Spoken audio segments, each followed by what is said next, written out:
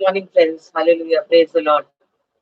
फिर एक बार यीशु के नाम से मैं आपकी उपस्थिति में आई हूँ, प्रभु का वचन लेकर।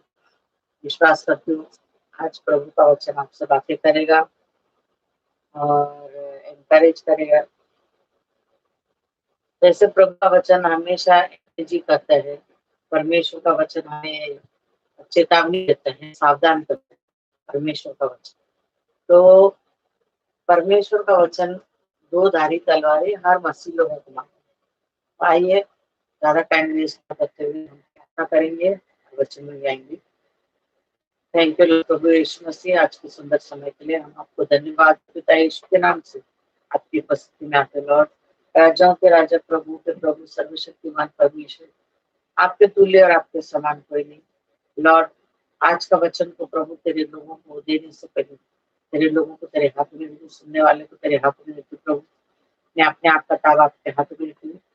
प्रभु, तू मेरा इस्तेमाल कर, तेरे वचन को तेरे लोगों के बीच में बांटने के लिए। मुझसे और सभी से बातें कर प्रभु, तेरा रहमा वर्ड आने दे, तेरा प्रकाशन आने दे, ताकि लोगों की जिंदगी अब बदल जाए। प्रभु, विश्वास करती हूँ आज सभी लोग तेरे वचन से आशीषित होंगे। शैतान की सारी गड़बड़ी युक्ति योजना को बांधते हुए यीशु के नाम से प्रार्थना सुनो और कबूल कर देता। आमीन। धन्यवाद हो प्रभु को, धन्यवाद। प्रभु ने एक और दिन हम दिया, प्रभु ने उसकी महिमा करने के लिए हमें आज फिर से जिंदा उठाया, हट्टा कट्टा हमें उठाया। कोई बीमारी नहीं, कोई थकान नहीं, कोई तकलीफ नहीं, जिस प्रभु ने हमें उठाया और आज के लिए नया अनुग्रह हमें दिया है, इसके लिए प्रभु को धन्यवाद देना जरूरी है। विश्वास करती हूँ कि जितने भी लोग हैं वो लोग सुबह जब उठते हैं तो प्रभु को धन्यवाद देते देते हुए उठते होंगे कि प्रभु धन्यवाद कि तूने हमें एक नया दिन दिया है। प्रभु यीशु मसीह को धन्यवाद हो।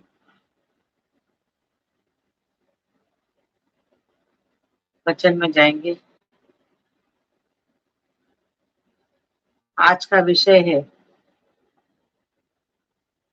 एक पीढ़ी जो कभी भी हिलाई नहीं सकती, a generation that can not be hidden. एक पीढ़ी जो कभी हिलाई नहीं जा सकती और हम उस पीढ़ी के लोग हैं जिसको कोई भी हिला नहीं सकता। ऐसा मैं विश्वास करती हूँ कि हम वो पीढ़ी है जिसको कोई भी नहीं हिला सकता, ना शैतान, ना स्वर्गदूत, ना ये पृथ्वी का कोई भी चीज हमें हिला नहीं सकते। अगर हमें ये विश्वास है कि हम परमेश्वर के बेटे और बेटियां हैं, हमको ये विश्वास है कि हमारा उद्धार हुआ है, हमको ये विश्वास है कि हमारा नाम जीवन की पुस्तिका में लिखा है, हमको विश्वास है कि प्रभु ने हमको नया जीवन दिया है, हमें ये विश्वास है कि हम अगर आज मरते या कल मरते या परसों, जब भी हम मरते हैं तो सीधा प्रभु के सन्निधान में हम जाएंगे, प्रभु की उपस्थिति में जाएंगे। ये विश्वास करते हैं तो संसार का कोई भी आपत्ति विपत्ति जो है हमको हिला नहीं सकती है। ये चीज ध्यान में रखो। हम वो पीढ़ी के लोग हैं तो शैतान हिला नहीं सकता है।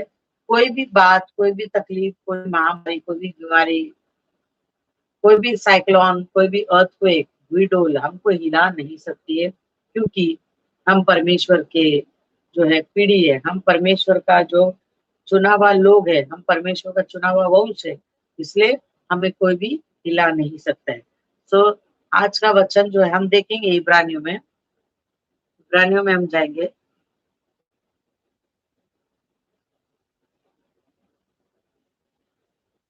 इब्रानियों की किताब में उसका 12 अध्याय निकालेंगे हम लोग।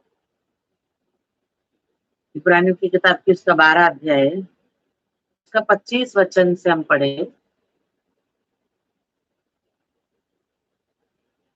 इब्रानियों बहुत अच्छी किताब है, विश्वास के ऊपर ज्यादा लिखा है। पूरी किताब विश्वास से जो है प्रेरित है, तो बहुत अच्छी किताब है, इसको बार बार पढ़ना चाहिए, क्योंकि बहुत सारी रहस्य की और गहराई की बातें इसके अंदर है। वैसे पूरे बाइबल में रहस्य और गहराई की बातें हैं।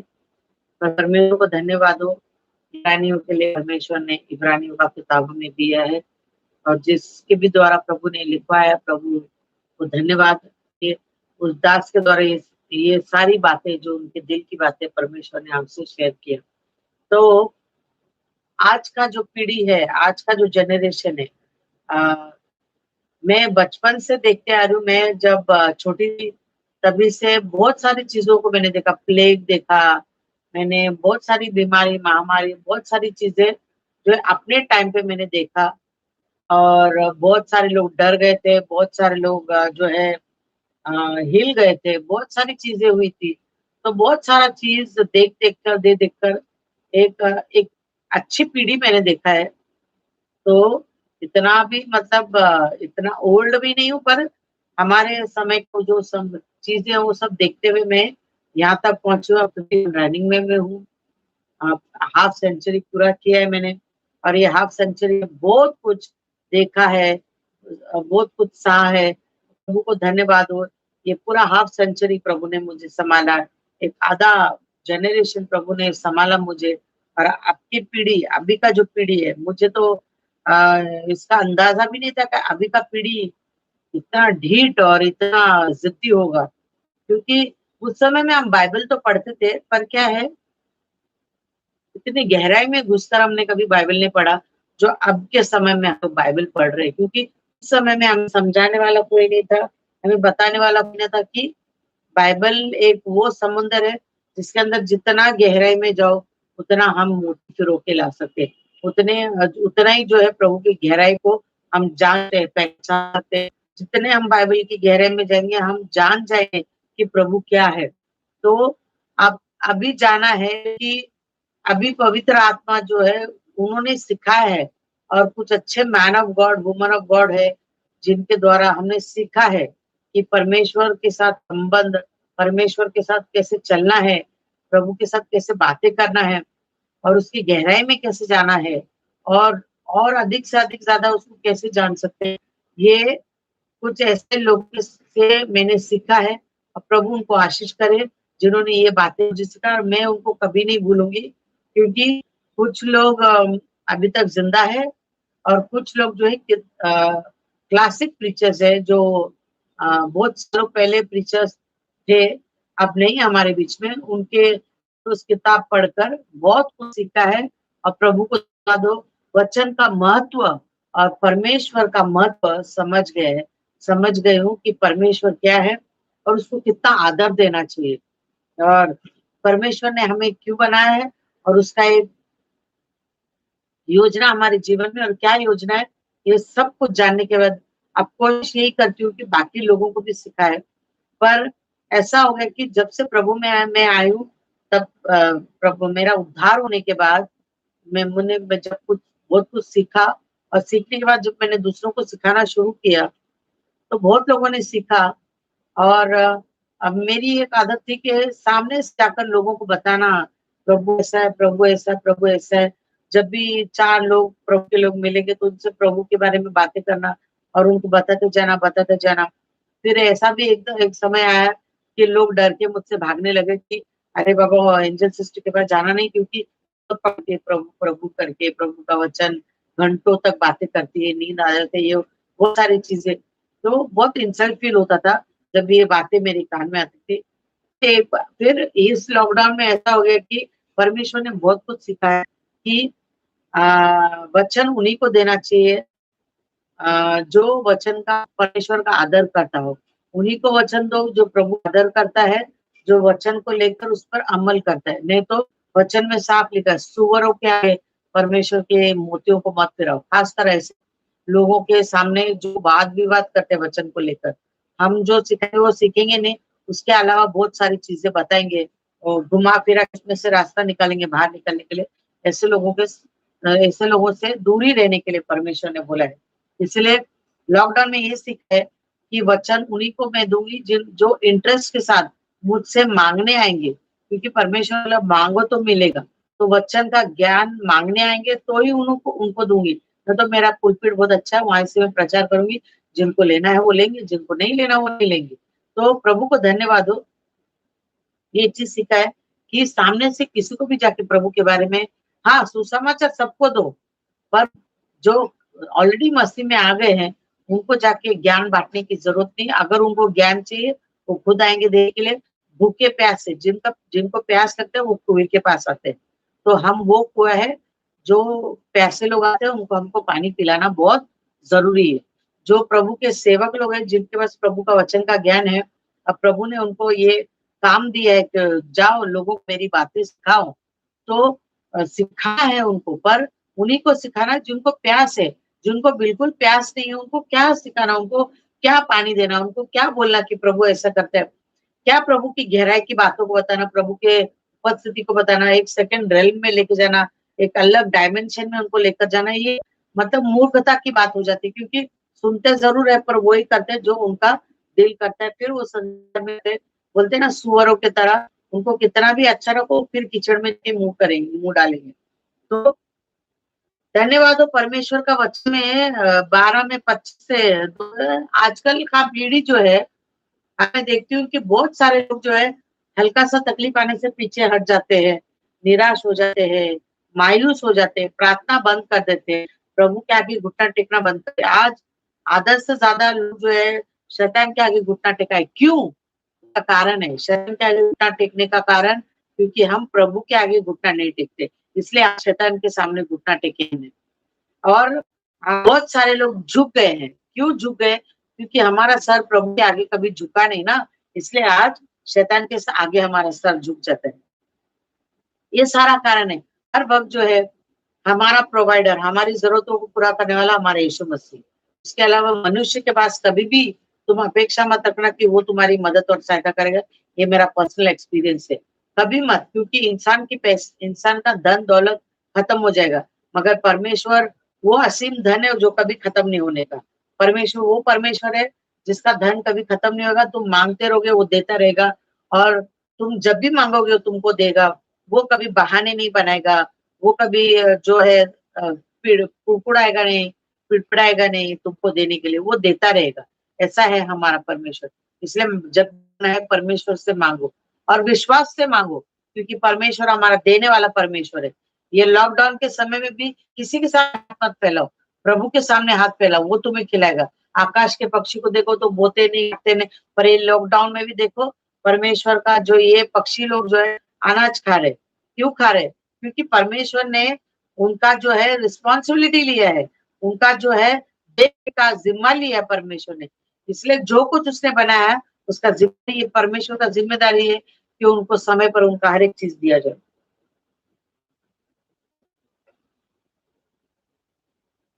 ये लॉकडाउन के अंदर जो है परमेश्वर हर एक जो है पक्षी को, जानवरों को जो है खाना खिला रहा है। ये घटी है, इंसान खुद का खाने के लिए जो है तरस रहे, उस ऐसे बीच में परमेश्वर जानवरों का भी देखभाल करे। मेरी खिड़की पे स्क्विरल आता है, और कबूतर आते हैं, कौवे आते हैं, उनको मैं अनाज डालता है। क्योंकि परमेश्वर ने बोला है ना, आकाश के पक्षी बोते नहीं करते नहीं, प्रभु उनको खिलाता है। तो परमेश्वर हम जैसे लोगों को भेजता है उनको देने के लिए, तो खिलाते हैं। बहुत सारे लोग कुत्तों को इन दिनों में बिस्किट डाले, प्रभु उनको आशीष करे, जो ऐसे एनिमल लवर्स है, जो इस लॉकडाउन के अंदर भी अपने बारे में ना सोचते हुए बाहर नीचे भूखे जानवरों को जाकर खाना पीना खिला रहे। प्रभु उनको आशीष करे और बरकत उनको प्रभु दे, और इसी तरह से वो लॉकडाउन खत्म होने के बाद भी ये काम जारी रखे। क्योंकि जानवर सबसे अच्छा प्राणी है, उनके अंदर इतना प्यार है, जैसा परमेश्वर का प्यार बोलते हैं ना, निस्वार्थ प्यार है जानवरों को। कुत्तों को देखो, तुम कितना भी लात मारो, हाथ जोड़ कर रोज अपने विंडो से एक आशा के साथ इंसान के सामने जाते हैं वो लोग, पर इंसान हमेशा उसको हाथ जोड़ करके उसको दूर करते, फिर भी वो बेचारा, वो बच्चा है उनके सामने दूर मिलाते हुए, उनको एक बिस्किट भी नहीं डालेगा तो भी वो दूर मिला के जाएंगे। क्योंकि परमेश्वर का सृष्टि है वो जानते हैं कि कैसा प्यार करना है करके। पर इंसान नहीं जानते। इंसान को कितना भी करो, कितना भी प्यार हो, गला काट के थाल में सजा के देंगे तो भी बोलेंगे गला बराबर से नहीं काटा तुमने, इधर से ज्यादा रहेगा इधर से कम हो गया करके, ऐसा बोल देंगे लोग। इसलिए प्यार करना है, परमेश्वर से प्यार करो, बेपनाह मोहब्बत करो। और एक और चीज ध्यान में रखो मेरे परमेश्वर के लोगों, हमको इस संसार में रहना है तो हमको ऐसे सारे लोगों के बीच में रहना पड़ता है जिनसे हम कभी प्यार कर ही नहीं सकते, हम कभी बात कर ही नहीं सकते, दिल ही नहीं करता है, पर हमको करना पड़ता है और करना ही चाहिए, क्योंकि ये प्रभु का आज्ञा है कि हमको हमको पड़ोसी से प्यार करना है। वो कैसे भी रहने दो, हमको प्यार करना। हमको मालूम है वो हमारे साथ अच्छा नहीं है, वो अच्छा कभी कर ही नहीं सकता है, फिर भी परमेश्वर ने हमको बोला है उनके साथ अच्छा ही करो, उनके लिए प्रार्थना करो। तुम कुछ अच्छा उनके लिए नहीं कर सकते तो उनके डेली प्रेयर करो। मैं ये लॉकडाउन में यही चीज कर रही हूँ इन दिनों में, जो है लोगों के लिए प्रार्थना कर रही हूँ। फिर उनका जन्मदिन हो या कुछ भी हो, डेली उनके लिए प्रेयर चालू है। हो सकता है बहुत सारे लोगों को मेरे अंदर बदलाव दिखेगा आने वाले दिनों में, पर वो बदलाव अच्छे के लिए होगा। तो प्रभु को धन्यवाद हो। लॉकडाउन में मेरे हिसाब से बहुत सारे लोग अच्छे चीजें सीख गए होंगे, प्रभु से सीख गए होंगे। प्रभु से, प्रभु सिखाता है और प्रभु अच्छी चीजें सिखाता है। प्रभु गलत चीजें नहीं सिखाता है। परमेश्वर अच्छी चीजें सिखाता है जिससे प्रभु की महिमा होती है। तो प्रभु ने जो कुछ मुझे सिखाया, अच्छा बात सिखाया, प्रभु की महिमा करने वाली बातें सिखाया, इसलिए प्रभु को धन्यवाद हो। तो आज का वचन जो है, बोलने से पहले वही मैं बोलना चाहती हूँ। आज लोग शैतान के आगे घुटना टेक रहे क्योंकि प्रभु के आगे घुटना नहीं टेकते। आज शैतान के आगे झुक गए क्योंकि प्रभु के आगे झुकते नहीं। आज सब लोग प्रभु से बहुत पीछे हट गए। तो मैं आपको आज उत्तेजित करना चाहती हूँ वचन के अनुसार। वचन का 25 वचन में लिखा है, सावधान रहो, उस कहने वाले से मुंह न फेरो, क्योंकि वे लोग जब पृथ्वी पर के चेतावनी देने वाले से मुंह मोड़ कर न बच सके, तो हम स्वर्ग पर से चेतावनी करने वाले से मुंह मुंह मोड़ कर क्यों कर बच सकते हैं। 26 वचन, उस समय तो उसके शब्द ने पृथ्वी को हिला दिया, पर अब उसने यह प्रतिज्ञा की है, एक बार फिर मैं केवल पृथ्वी को नहीं वरन आकाश को भी हिला दूंगा। और यह वाक्य यह वाक्य एक बार फिर इस बात को प्रकट करता है कि जो वस्तुएं हिलाई जाती है वह सृजी हुई वस्तुएं होने के कारण टल जाएंगी, ताकि जो वस्तुएं हिलाई नहीं जाती है वे अटल बनी रहेंगी। क्या अटल बनी रहेगी? प्रभु का वचन अटल बना रहेगा, प्रभु बना रहेगा। पर आकाश की शक्तियां हिलाई जाएंगी। आज से 15 साल पहले परमेश्वर ने सुबह 4 बजे सपने में मुझे बहुत जोर से एकदम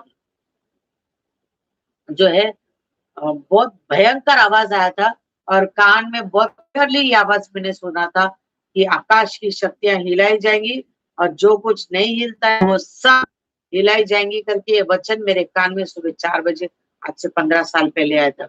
और आज वो प्रभु उस बातों को पूरा कर रहा है। आकाश की शक्तियां हिलाई जा रही है। बहुत सारी चीज जो है डिस्ट्रॉय हो रहे हैं पृथ्वी के नीचे। जो चीज हिलाई जा सकती है वो हिलाई जा रही है, जो चीज नहीं हिलाई जा सकती वो भी हिलाई। आकाश की शक्तियां आकाश में जो है वो भी जो है हिलाई जा रही है। तो जो चीज हम सोच भी नहीं सकते वो सब चीज, साइक्लोन आ रहा है, बादल फट रहे हैं, फट कर पानी गिर रहा है, बिजली कड़क कर जमीन पर आ रही है। और कुछ दिनों पहले तो ये भी सुना कि अचानक से कुछ गांव में पहाड़ जो है गायब हो गए, और पहाड़ में बसने वाले लोग भी गायब हो गए। अचानक से पूरा गांव गायब हो गया। कहाँ गायब हो गया है सब चीज?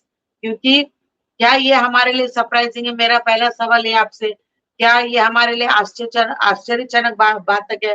जनक बात है क्या? आश्चर्य देता है कि हमें नहीं देना चाहिए, क्योंकि बाइबल में हम विश्वासी लोगों को प्रभु ने पहले से ही सब कुछ बता के रखा है। ऐसी ऐसी बातें होंगी, संसार में क्या होने वाला है, ये सब तो पहले से हमको बता के रखा है प्रभु ने। तो हमको आश्चर्य नहीं होना चाहिए। संसार के लोग आश्चर्यचकित हो गए, ये कोरोना वायरस आया तो लोग आश्चर्यचकित हो गए, पर ये तो हमको पहले से मालूम था कि आकाश की शक्तियां हिला जाएंगी, महामारी बीमारी आएगा। बहुत सारी चीजें जो बाइबल में भविष्यवाणी जितनी लिखी है, क्या वो हमको पहले से नहीं मालूम है? अगर आपको मालूम है तो आप बाइबल नहीं पढ़ रहे हो। अगर आप अनजान हैं, आप प्रभु से बहुत दूर हो, क्योंकि प्रभु के नजदीक रहने वाले प्रभु की हर बातों को जाने। अभी जैसे कि एक परिवार में बच्चे हैं, माँ बाप है। अभी बाप क्या करने वाला है, क्या नहीं करने वाला है, वो अपने बच्चों को पहले बता के रखता है। ये मेरा ये है, ये है, ये है, सो सो है। माँ बाप जो अपने बच्चों को सारी चीजें बता के रखते हैं। ये हमारा प्रॉपर्टी, इधर हमने ऐसे किया, वैसे किया, वैसे किया। उनका पास्ट का स्टोरी, आगे का स्टोरी, आगे वो क्या करने का सोचा है, वो सारी बातें आजकल जो है माँ बाप लोग अपने बच्चों से शेयर करते हैं। तो बच्चों को सब मालूम रहता है हमारे माँ बाप आगे जाके क्या करते हैं, उनके प्लान्स क्या है, और वो क्या क्या करना चाहते हैं, और उनके जीवन में माँ बाप क्या प्लान है, वो भी बच्चों को मालूम रहता है। कि बच्चों को ये मालूम रहता है कि हमारा माँ बाप का सपना है कि हम जो उसके बच्चे हैं, हम लोग डॉक्टर बनना चाहिए, इंजीनियर बनना चाहिए, ये बनना चाहिए, वो बनना चाहिए, जो भी XYZ बनना चाहिए। जिनकी औकात है वो इंजीनियर डॉक्टर बनाने की सोचते हैं, जिनकी औकात नहीं वो गरीब लोग ये सोचते हैं जो भी बन जाए, बस हमारे बच्चे अच्छे जीवन जिए। ये मतलब गरीब के माँ बाप भी अच्छा ही सोच रखते हैं कि उनके बच्चे अच्छा जिंदगी जिए, जो भी कमाए वो अच्छे से खाए और अच्छे से जिए। उसी तरह से परमेश्वर ने भी हमको, जब हम प्रभु में आए, आने के साथ परमेश्वर ने हमको सारी सच्चाई हमारे सामने जो है प्रकट किया कि ऐसा होगा, ऐसा होगा, ऐसा होगा। ये सारी बातें प्रकट की, संसार में जो कुछ भी होने वाला है ये पहले से प्रभु ने हमको बता के रखा था। इसलिए कोई भी शक्ति हमको हिलाना नहीं चाहिए, कोई बातें हमें हिलाना नहीं चाहिए।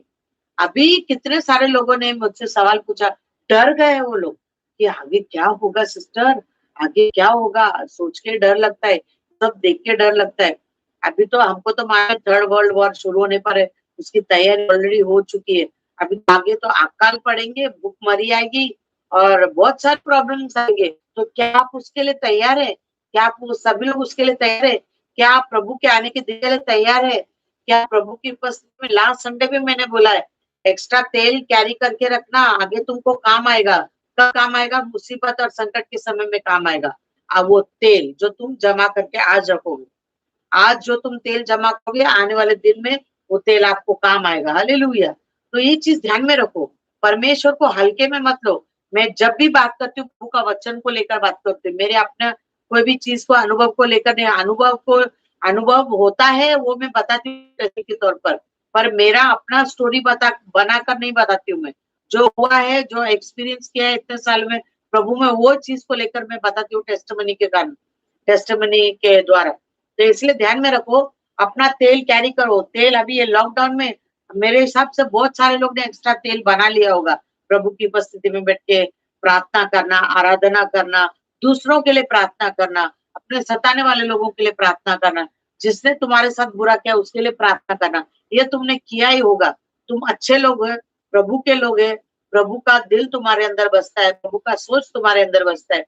तो मेरा विश्वास है तुम अच्छे मसीह लोग हैं, तो तुम अच्छा ही सोचते होंगे दूसरों के बारे में, है ना। छल कपट वाला दिमाग तुम्हारे पास नहीं है, ऐसा मैं विश्वास करती हूँ। तुम्हारा चाल चलन भी छल कपट से भरा हुआ नहीं, ऐसा मैं विश्वास करती हूँ। सुनने वाले को प्रभु आशीष करे। और अगर ऐसा कोई आदत है तो उसको निकाल दो, क्योंकि हमारा परमेश्वर छल कपट करने वाला परमेश्वर है। हम छल कपट कर सकते, प्रभु नहीं कर सकते। वो कभी करेगा नहीं, उसकी फितरत में नहीं, उसके स्वभाव में नहीं। उसका परमेश्वर का प्रेम अगापे है। अगापे बोलेगा तो बिना स्वार्थ का प्रेम करता है परमेश्वर, बिना स्वार्थ का प्रेम करता है। परमेश्वर जो है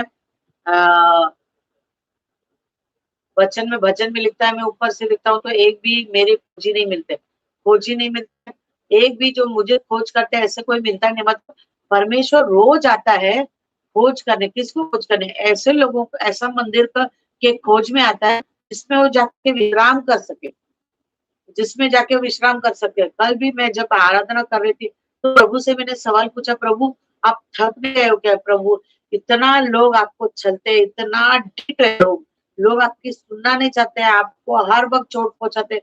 क्या आप थक नहीं जाते हो क्या? आप उब नहीं जाते हो क्या? मेरी आंखों में आंसू आ गया है लोगों के ढिठाई को देखकर। आज भी दारू के लाइन में, दारू की दुकान में इतनी लंबी लंबी लाइनें हैं, इतने सारे लोग दारू शराब पी रहे हैं, है ना। लॉकडाउन चल रहा है, माहौल इतना खराब चल रहा है, उसके बीच में लोग शराब पी रहे। मतलब क्या कर रहे हैं लोग? क्या लोगों का दिमाग खराब हो गया है? क्या लोग सोचते नहीं कि आगे चल के उनका जिंदगी क्या होना है? शराब पीने वाले के भी ये सोचते नहीं कि उनका परिवार का आगे क्या होगा, कल वो मर जाएंगे तो उनका परिवार के साथ क्या होने वाला है? उनको समझाने वाला कोई है? लोग दारू के अड्डे खोल के बैठे वहां पर जाके खर्चा कर रहे हैं। वही पैसा जो है अपने बीवी बच्चों को खिलाएंगे पिलाएंगे नहीं, वो पैसा जाके ऐसे फालतू जगह में खर्चा। देख के दिल बहुत दुख होता है कि क्या हो रहा है संसार में। बहुत सारी गड़बड़ियां हो रही है। आपको मालूम है इन दिनों में जो है लॉकडाउन के दौरान इतने व्यभिचार और स्किन बिजनेस हो रहा है, प्रोस्टिट्यूशन बहुत बढ़ गया अंदर अंदर, इतना प्रोस्टिट्यूशन हो रहे हैं। क्या हो रहा है ऐसे समय में? परमेश्वर का जो है महिमा कर लोग डर के मारे। इनफैक्ट न्यूज वाले भी बता रहे कि नेचर के साथ खेलना नहीं चाहिए, खिलवाड़ नहीं होना चाहिए। ऊपर परमेश्वर के साथ भी खिलवाड़ नहीं होना चाहिए। कभी कभी न्यूज वाले मुंह से बोलते हैं, क्या है, लोगों का कान बंद हो गया है, लोग सुनना नहीं चाहते। क्या सुनना चाहते हैं लोग, क्या करना चाहते हैं लोग? सबका अन्य जाति का तो जान दो दिमाग घस गया है, पर विश्वासी लोगों के दिमाग को क्या हो गया? क्या कर रहे हैं वो लोग? आज वो लोग क्या करे, मसीह लोग क्या कर रहे हैं? प्रभु में है कि नहीं वो लोग? भी कमजोर हो रहे हैं। आज सवाल आके पूछते हैं कि अब क्या होगा? डर क्यों आया? वो डर तुम्हारे अंदर, वो डर आना ही नहीं चाहिए। क्यों आया वो डर? प्रभु से तुमको डर नहीं है, आने वाली विपत्ति आपत्ति से तुमको डर है। प्रभु से तुमको डर होना चाहिए, प्रभु का डर तुम्हारे अंदर चाहिए। आने वाली मुसीबतों का डर नहीं होना चाहिए, क्योंकि कोई भी मुसीबत हमको हिला नहीं सकती है। ये चीज ध्यान में रखो, आमीन। कोई भी मुसीबत हमको हिला नहीं सकती है, क्योंकि मेरा आज का टॉपिक वही है। हम ये वो पीढ़ी है जिसको कोई भी नहीं हिला सकता है, क्योंकि हम प्रभु का चुना हुआ वंश है, हम प्रभु का पीढ़ी है। इसलिए हमको कोई भी, हम अगर कुछ भी साइक्लोन, अर्थक्वेक या कोई भी विपत्ति आता है, अगर उसमें मर भी है तो वो तो मरना ही है, क्योंकि गेहूं के साथ गुण तो पिसे गए, मरेंगे। आने दो, मौत आता है आने दो, वो तो आएगा, जिस दिन आना है वो आएगा। मौत बोल के नहीं आता है, जिसको आना है वो आएगा। प्रभु का सब हाथ में रहता है, मौत जिसको आना है वो आके लेके जाएगा। पर हमको ये विश्वास है, हमको ये आशा है, हम मसीह लोग को ये आशा है कि आज हम मर गए तो सीधा प्रभु के पास जाएंगे। हमें ये आशा है, क्योंकि प्रभु ने हमसे वादा करके गया है, मैं तुम्हारे लिए एक जगह बनाने जा रहा हूँ। तो प्रभु ने हमारे लिए जगह बना। अगर हम सही मसीह में लोग हैं तो हमको विश्वास है, हमारी आशा है कि आज अगर हम मरते हैं तो सीधा प्रभु के पास ही जाएंगे, हमारी आंखें वही खुलेगी। आमीन। तो वचन में आगे वचन में लिखा है कि 28 में लिखा, इस कारण हम इस राज्य को पाकर जो हिलने का नहीं, उस अनुग्रह को हाथ से न जाने दे, जिसके द्वारा हम भक्ति और भय सहित परमेश्वर की ऐसी आराधना कर सकते हैं जिससे वह प्रसन्न होता है। और अंत में लिखा है कि हमारा परमेश्वर भस्म करने वाली आग है। आमीन। हमारा परमेश्वर भस्म करने वाली आग भी है। तो हमको जो है इस लॉकडाउन में जो है प्रभु के वचन पकड़ना है, प्रभु की उपस्थिति में जाना है। ये तो मैं हर बार बोलती हूँ और सालों से प्रभु के लोगों को बोलते आ रही हूँ, इंसान के साथ अच्छा रिश्ता बनाने की कोशिश मत करो। उधर उधर जितना वर्कआउट करते हो ना, जितना तुम उस दोस्ती को निभाने के लिए बहुत कुछ करते हो, अच्छी बात है। दोस्ती निभाने, धरती के मित्रों को और उनके साथ मित्रता को अच्छा गहरा करने के लिए तुम जो करते हो सैक्रिफाइसेस, इतना ज्यादा सैक्रिफाइस अगर प्रभु के साथ मित्रता को गहराई में बनाने के लिए करोगे तो तुम फायदे में रहोगे। क्योंकि धरती के लोगों से मेरा पर्सनल अनुभव है, तुम कितना भी अच्छा रहो, हल्का सा झगड़ा हो गया ना तो सब पानी, सब कुछ भी नहीं है, कुछ भी नहीं है, सब धोखा है, सब फालतू चीज है। इसलिए धरती के लोगों के साथ दोस्ती करने से अच्छा प्रभु के साथ घनिष्ठ दोस्ती रखो। बहुत अच्छी बात है, बहुत ही अच्छी बात है, क्योंकि ये दोस्ती तुम्हें कभी गिरने नहीं देगा, ये दोस्ती तुम्हें कभी लज्जित नहीं करेगा। ये दोस्ती में अगर खटास आ भी गया है तो हमारा मित्र इतना अच्छा है कि हमारी बातें दुनिया को जाके फैलाएगा नहीं, हमारी जो कमजोरी दुनिया को जाके बताएगा नहीं, और हमारी जो बुराई है किसी के पास जाके करेगा नहीं। ऐसा अच्छा मित्र है परमेश्वर हमारा, क्योंकि बाइबल में लिखा है हमारा वो मित्र है जिसने हमारे लिए जान दिया। धरती का कोई मित्र आपके लिए जान नहीं देगा। अभी की मित्रता तो जान ले ले भाई, जान देगा नहीं, जान ले लेगा। और जान लेने के लिए खंजर की जरूरत नहीं है, उनका जबान काफी है।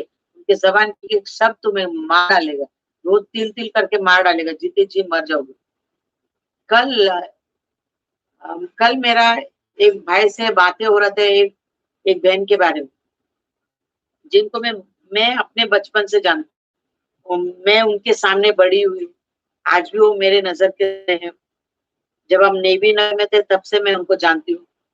तो उनका एक स्वभाव है कि वो क्षमा नहीं करते, और आज के तारीख तक वो इतना बीमार है, इतनी बीमार है।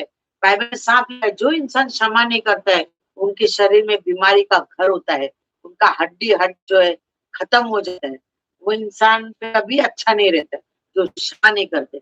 उड़ाते रहते, लोगों के बारे में बुरा बोलते रहते, ऐसे लोग कभी भी अच्छे नहीं रहते।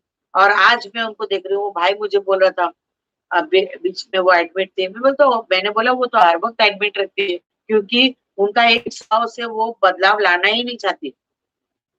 अब तो मैं बड़ी होकर प्रचारक बनी हूँ, तो वो मुझे सिस्टर बोलती है, तो प्रभु को धन्यवाद, उतना रिस्पेक्ट मिलता है।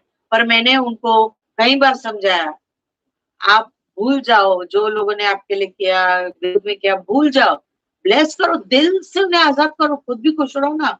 किसी को क्षमा करके आजाद करना मतलब अपने लिए भी आजादी है भाई, अपने लिए अच्छी बात है कि हम किसी को क्षमा किया और आजाद किया, फिर बाद में उसके बारे में सोचने का कोई मतलब ही नहीं है, सोचना भी नहीं चाहिए। पहली बात तो रात गई बात गई होनी चाहिए।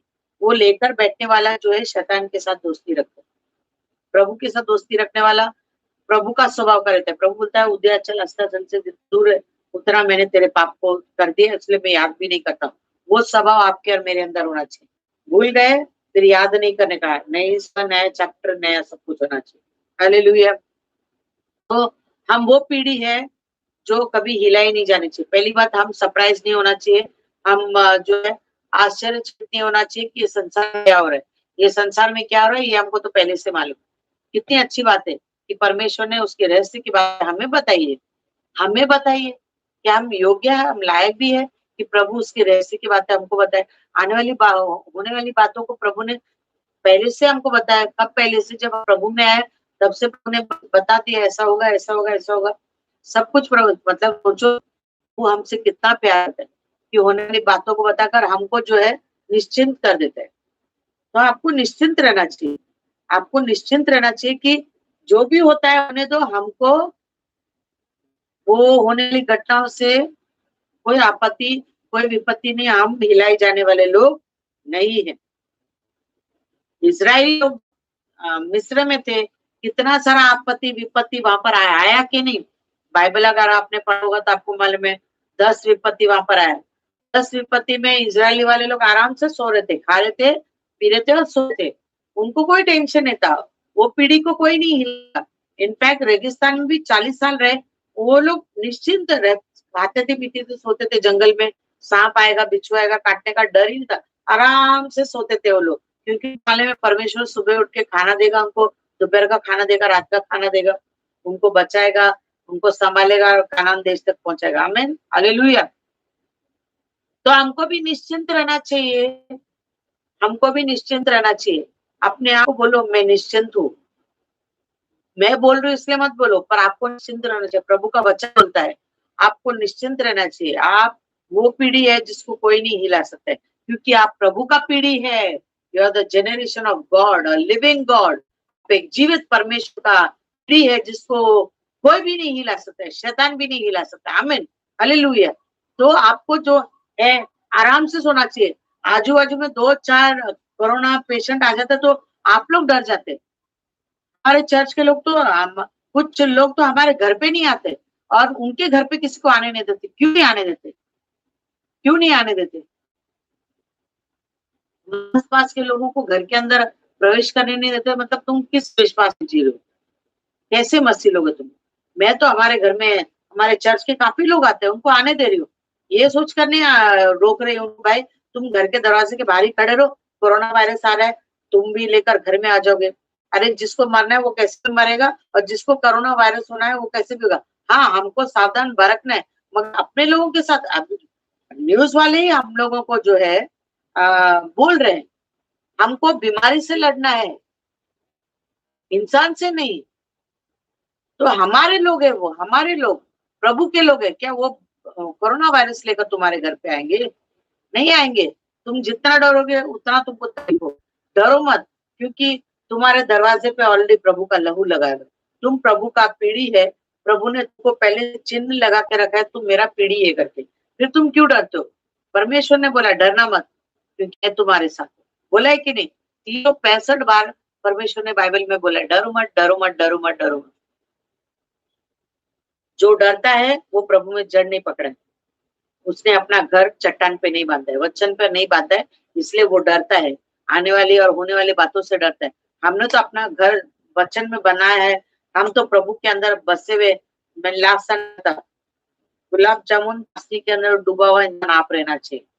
कल मेरा एक सिस्टर से बात हो रहा था, हमारे चर्च के एक लीडर से बात हो रही थी, मैंने उसको वही बोला कि चाशनी में डूबा, वो बोलते हैं फिर कुछ तो बात हुई, हाँ बाहर भी रखो, अगर चाशनी से बाहर भी रखो तो उसमें मिठास होती है। मैंने बोला हाँ मिठास होती है, पर वो मिठास नहीं जो डुबा के अंदर से निकालने में, मुंह में रखने के बाद जो मिठास होता है, वो मिठास बाहर रखने का मिठास नहीं होता है, वो मिठास बहुत फीका पड़ जाता है। मगर जो ऑलरेडी चाशनी के अंदर डूबा हुआ रहता है, गुलाब जामुन या रसगुल्ला हो, उसको निकाल कर तुम खाओ, उसका मजा ही अलग होता है। आमीन। तो हम भी परमेश्वर के लोग हैं ना, वचन की चाशनी में इतना अच्छा डुबो हुए रहना चाहिए कि जब भी कोई हमसे मिले या बात करे तो उसमें प्रभु का वचन का स्वाद आना चाहिए, हमारी उपस्थिति में उसको प्रभु का उपस्थिति का स्वाद आना चाहिए। आमीन, हालेलुया। तो हम प्रभु का लोग होना चाहिए, हमारे अंदर डर बिल्कुल नहीं आना चाहिए, डर बिल्कुल नहीं होना चाहिए। अगर आप परिवार के साथ वचन सुन रहे हैं तो उनको बोलो डर आपके अंदर नहीं होना चाहिए, क्योंकि प्रभु ने बोला डरो मत, डरो मत, डरो मत। मैं विश्वास करती हूँ आप आश्चर्यचकित नहीं है आज का जो है ये सब चीज को देखकर, जो हो रहा है ये होना ही है और ये होगा, आगे इससे भी खतरनाक चीजें होंगी, डरना मत, है ना, बिल्कुल डरना है। मैं आपको डरा नहीं रही, पर ये होने वाला है। तो आपको डरना नहीं है, क्योंकि प्रभु आपके साथ में है। पड़ोसी को बोलो प्रभु आपके साथ में। दूसरी बात तो ये है कि क्या आ, आ, हम दो राज्य है, एक तो शैतान का राज्य, एक परमेश्वर का राज्य। शैतान, अगर हम शैतान के राज्य के हैं तो हम हिल जाएंगे, अगर हम प्रभु के राज्य के लोग हैं तो हमको कोई भी शक्ति नहीं हिलाएगी। हालेलुया। तो ये चीज दिमाग में डाल के रखो और अकेले बैठ के सोचो आप कौन से राज्य के हो, आप किसके बच्चे हो। तो अगर आप प्रभु के राज्य के हो तो आपको कोई भी आकाश की शक्तियां, अगर ऊपर से तारे भी गिरते होंगे और आपको मालूम पड़ेगा तारे गिर रहा है बोलेगा, तो वो क्या स्लो मोशन में नहीं आने वाला है, गिरते गिरते वो आके फट से गिर जाएगा। पर अगर हमको एक दो दिन पहले मालूम भी पड़ जाए कि गिर जाएंगे तारे, तो हमको डरने की जरूरत नहीं, गिर भी गया तो हम सीधा ऊपर जाएंगे, प्रभु के पास ही जाने वाले। कुछ भी हो जाए ना, एट द एंड हम प्रभु के पास ही रहने वाले। आमीन। पर शर्त यह है कि आप प्रभु में रहना चाहिए, प्रभु में आप रहेंगे तो सीधा प्रभु के पास ही जाएंगे, प्रभु में नहीं तो प्रभु के पास नहीं जाएंगे। अगर तुमने दो नाव पे सवार किया है तो याद रखना डूब जाओगे आप, दो नाव पे सवार मत करना। शैतान का भी हाथ पकड़े हो, प्रभु का भी हाथ पकड़े, दोनों को लेकर चल रहे, दोनों नाव चला रहे, तो कहीं ना कहीं तो आप गिरोगे, और गिरोगे तो फिर बस, फिर कुछ नहीं हो सकता। हालेलुया। ये चीज ध्यान में रखना। हम निकालेंगे दूसरा पत्रस,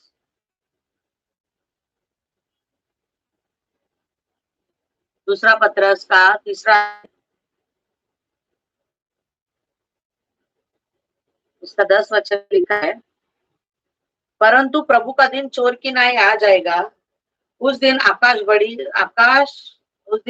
बड़ी हड़हड़ाहट के शब्द से जाता रहेगा, और तत्व बहुत ही तप्त होकर पिघल जाएंगे, और पृथ्वी और उस पर के काम जल जाएंगे।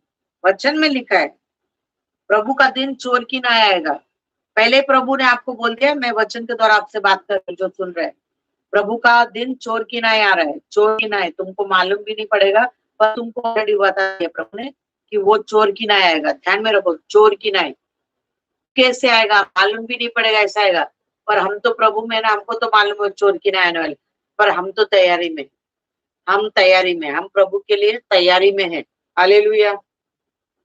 जैसे भारत के सैनिक जो है, जब भी घर में छुट्टी में आए ना, वो लोग हमेशा यूनिफॉर्म को साथ में ही रखते हैं, क्योंकि उनको मालूम है कभी भी कॉल आएगा उनको भागना है बॉर्डर में युद्ध करने के लिए। इसलिए वो लोग हमेशा तैयारी में रहते। सैनिक परिवार से 1 महीने की छुट्टी में भी गए होगा ना, तो वो उनको मालूम रहता है वो 1 महीना पूरा उनका छुट्टी में नहीं जाएगा, अचानक से 24 घंटे में भी बुला लेंगे, 1 हफ्ते में भी बुला लेंगे, 10 दिन में भी बुला लेंगे, उनको ये मालूम रहता है। इसलिए सैनिक लोग बेचारे जब आते हैं तो उनको पूरा 1 महीने का छुट्टी परिवार के साथ आनंद बनाने मिलता है, क्योंकि उनका पूरा ध्यान, लक्ष्य, आत्मा पूरा वहां पर रहता है। कहाँ पर?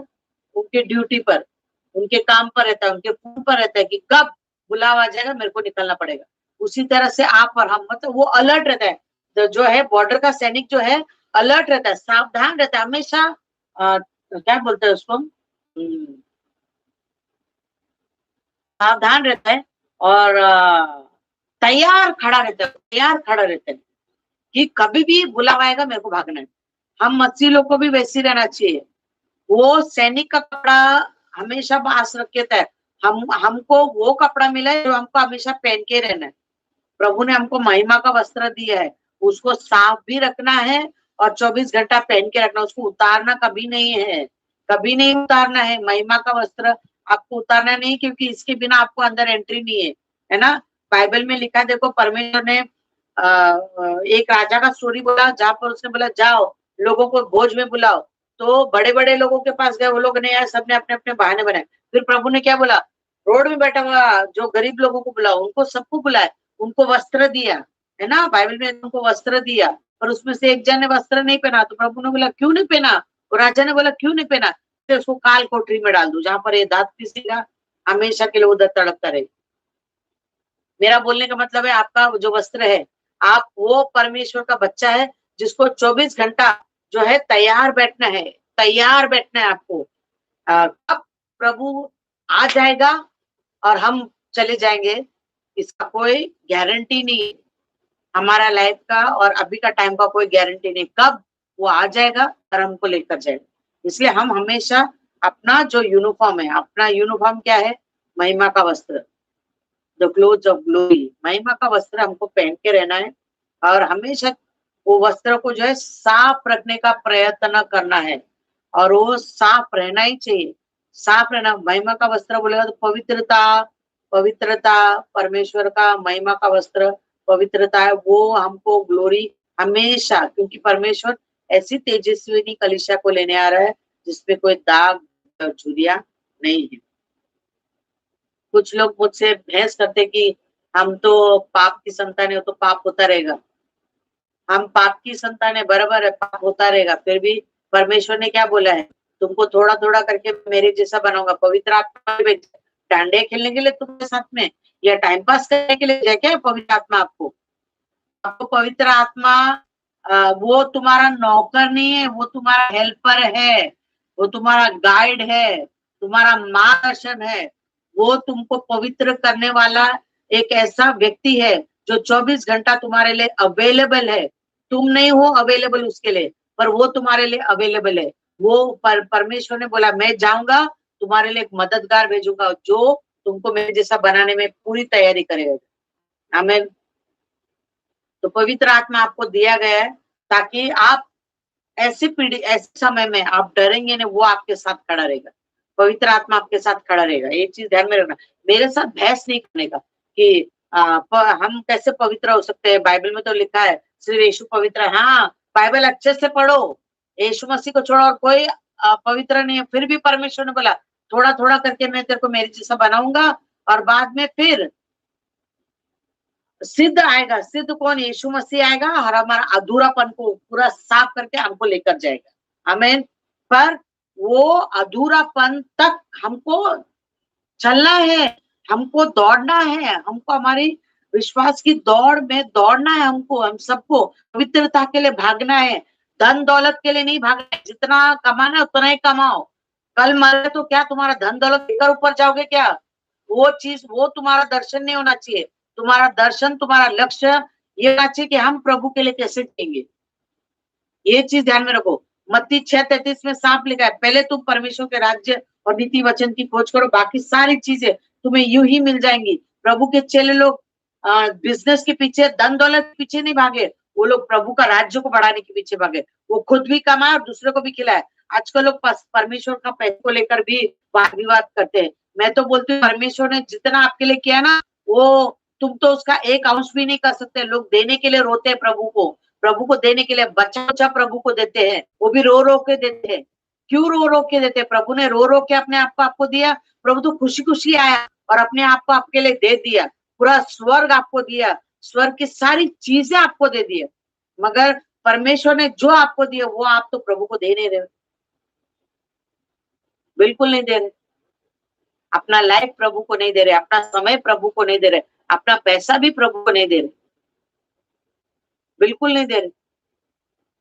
सब कुछ प्रभु का है, सब प्रभु को देना है। आपका हर चीज का जो है बात प्रभु को देना है। आपका टाइम है, आपको अपना बॉडी देना है, आपका टैलेंट देना है, आपको हर एक चीज प्रभु को देना चाहिए। बाकी सब चीज एकदम दिल खोल के, तो जहाँ पैसे का देने की बात आती है ना, वहां पर सब लोगों का मुंह सिकुड़ जाता है। क्यों सिकुड़ जाता है? तुम प्रभु से प्रेयर कर दो तो तुम्हारा दिल खुला रहना चाहिए प्रभु को। हर वक्त देना है, प्रभु को दे रहा हूँ मैं, इंसान को नहीं, प्रभु को दे रहा हूँ, प्रभु मुझे आशीष करेगा। हालेलुया। तो ये चीज ध्यान में रखना कि परमेश्वर पवित्र आत्मा आपको दिया है ताकि वो तुम्हारी मदद करे। इसलिए हर वक्त उससे बातें करो, उसके साथ संगीत करो, उसके साथ बैठो, वो तुम्हें बनाएगा। रोज सुबह उठते हो, रोज उसको बोलो, मुझे यीशु के जैसा बना, मुझे बदल, मुझे अंदर से बदल, मुझे अंदर से। जब इंसान अंदर से बदलता है तब वो बाहर कार्य करता है। अंदर इंसान जब बदल जाएगा, उसका सोच विचार हर एक बातें जब अंदर से बदलता है तब उसका कार्य बाहर दिखने लगता है। हालेलुया। आजकल लोग अंदर से नहीं बदलना चाहते, बोलते हम बदल गए, हम बदल गए, पर कार्य में बिल्कुल दिखाई नहीं देता है। उनके चेहरे में अभी भी एटीट्यूड है, उनके चेहरे में अभी भी गुस्सा है, वो दिखता है, बहुत अच्छे से दिखता है। आजकल मसीह लोगों के चेहरे पे प्रभु का ग्लोरी नहीं दिखता है, लोगों के लिए गुस्सा, चिड़चिड़ाहट, नफरत है, प्रभु का ग्लोरी नहीं दिखता है। इसलिए तो अन्य जाति के लोगों को यीशु मसीह दिखता है। क्यों दिखेगा भाई? तुम्हारे कार्य इतने गंदे हैं, तुम्हारे सोच इतने गंदे हैं, कैसे यीशु दिखेगा? तुम्हारा चाल चलन भी सड़ा हुआ है, कैसे दिखेगा? तुम इतने झगड़े करते हो, मार्केट प्लेसेस में झगड़े करते हो, बाहर खड़े रह के झगड़े करते हो, सोसाइटी के अंदर झगड़े करते हो, घर के अंदर झगड़ा, लोगों को दिखता है क्या यीशु मसीह के? इसलिए तो यीशु मसीह बहुत बदनाम है। किसकी वजह से बदनाम है? मसीह लोगों की वजह से बदनाम है, मसीह लोगों की वजह से बदनाम है। आजकल मसीह लोग बहुत कॉम्प्रोमाइजिंग हो गए।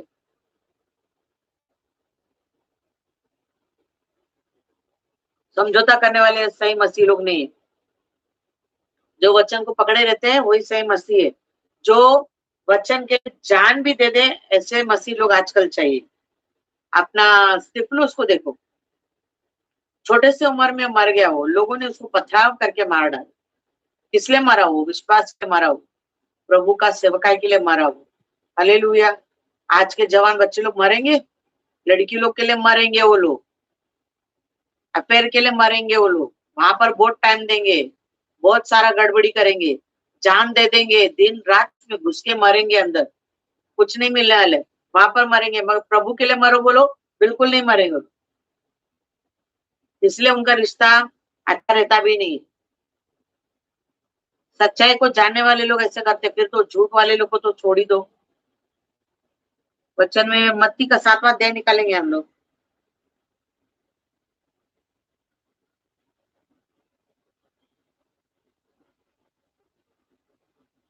मत्ती 7 में 24 निकालेंगे।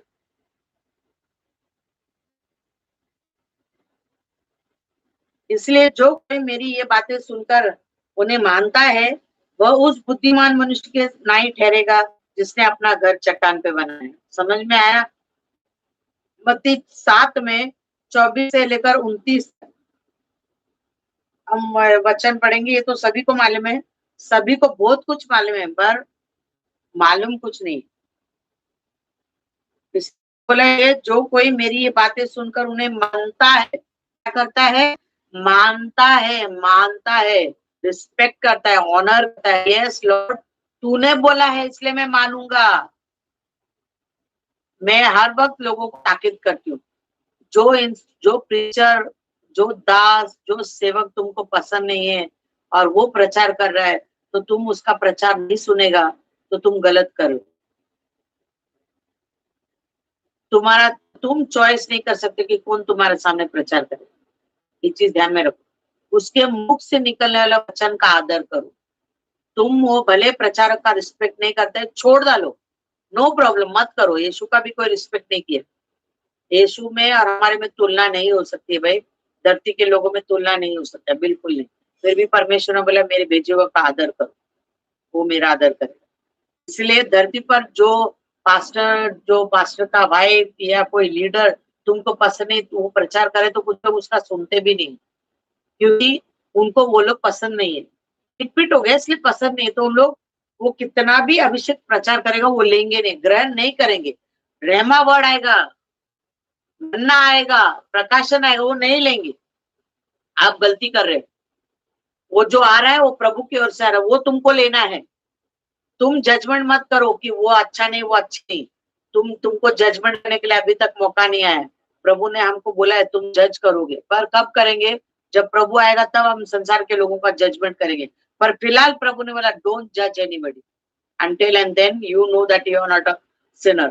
जब तक तुम ये पक्का नहीं करते हो कि तुमने कोई पाप नहीं है, तब तक दूसरे पर उंगली मत उठाना, ध्यान में रखो। बाकी का 3 उंगली तुम्हारे तरफ ही मुड़ा हुआ। तो परमेश्वर ने बोला तुमको मानना चाहिए, ये सुनकर मानना चाहिए। अगर तुम प्रभु का आदर कर, तो प्रचारक जो प्रचार करता है, किस लिए प्रचार करता है? वचन में लिखा है ना, जब तक कोई जाएगा नहीं, कोई प्रचार नहीं करेगा तो लोग सुनेंगे कैसे? तो तुमको सुनना है, सुनना चाहिए, कोई ऑप्शन नहीं है, तुमको सुनना है। अगर नहीं सुनना है तो वो चर्च छोड़ दो। जो लोग को अच्छा लगता है उधर जाओ और उधर का प्रचार सुनो। हो सकता है उधर जाके तुम बदल जाए और तुम एक अच्छा इंसान बन जाए। ये एनकरेज मैं आपको करती हूँ। ऐसे जगह में जाओ जहां पर तुमको प्रचारक अच्छा लगता है, उधर जाओ, उधर जाके सुनो और सुधर जाओ, सुधर जाओ, प्रभु के करीब आओ, प्रभु के नजदीक आओ, प्रभु के साथ दोस्ती बनाओ, मित्रता बनाओ। मेरा लक्ष्य एक ही है कि तुमको प्रभु के साथ अच्छा दोस्ती हो जाना चाहिए। मेरे साथ दोस्ती करने के लिए प्रभु ने तुमको धरती पर नहीं भेजा है, करना भी मत, मगर प्रभु के साथ अच्छा दोस्ती करो। ये बात बार बार एनकरेज करते रहती हूँ। बहुत सारे बार बार बोलती हूँ, बड़े लोगों को भी बोलती हूँ, प्रभु के साथ संबंध बनाओ, प्रभु के साथ संबंध बनाओ, उसके साथ घनिष्ठ रिश्ता बनाओ। तुम बनाओ, प्रभु के साथ बनाओ, प्रभु के साथ एक हो जाओ। प्रभु के साथ जो है तुम्हारा रिश्ता अच्छा रहेगा, स्वर्ग में तुम्हारे लिए जगह है। आमीन। क्योंकि अंत में प्रभु तुमको बचाने वाला है, ये चीज ध्यान में रखना। प्रभु के साथ दोस्ती रहेगा ना, तो हमको डर नहीं रहेगा। हम डरेंगे नहीं, बिल्कुल नहीं डरेंगे। क्यों डरेंगे? हमको कोई नहीं हिला सकता है। फिर अगर प्रभु के साथ हमारा अच्छा दोस्ती है तो हमारे अंदर डर कभी काम नहीं करेगा, जगह नहीं लेगा डर। हालेलुया। डर कभी जगह नहीं लेगा, क्योंकि हम जानते हैं हमारा फ्रेंड है हमारे साथ, हमारा मददगार हमारे साथ है, हमारा यीशु हमारे साथ है, यीशु हमारे साथ है। We should be so proud. हमको कितना घमंड करना चाहिए। घमंड किसका? प्रभु का घमंड करना चाहिए। अरे प्रभु हमारे साथ, वी शुडंट फियर। हमको डर नहीं लगना चाहिए, हम हिलना नहीं चाहिए। अरे बाप रे कोरोना वायरस, अरे बाप रे साइक्लोन है, अरे बाप रे, बाप रे बाप। हमारा बाप है ऊपर, हमारा बब्बर शेर बैठा है, वो अभी तक जिंदा है, मरा नहीं है, मरेगा नहीं। वो अनंतकाली परमेश्वर है। वो कल भी था, आज भी और हमेशा रहेगा। आदि और अंत, अल्फा और ओमेगा है। यहूदा का शेर है ना। आज भी सियोन पर्वत से जो है उद्धार आज भी बहता है हमारे लिए। ऐसा परमेश्वर है जिसका वचन कभी नहीं टलने का। ऐसा परमेश्वर है जिसकी हम सेवा करते हैं। हालेलुया। इसलिए हमको डरना नहीं है। तो हमको जो उसकी बातें सुनता है, जो उसकी बातें सुनकर मानता है, हाँ, एक्सेप्ट करता है, विश्वास से लेता है और मानता है, वो चट्टान पे घर बनाए। और मेह बरसा, बाढ़े आई, आंधी चली, उस घर पर टकरे लगी, परंतु वो नहीं गिरा, क्योंकि उसकी नींव चट्टान पर डाली गई थी।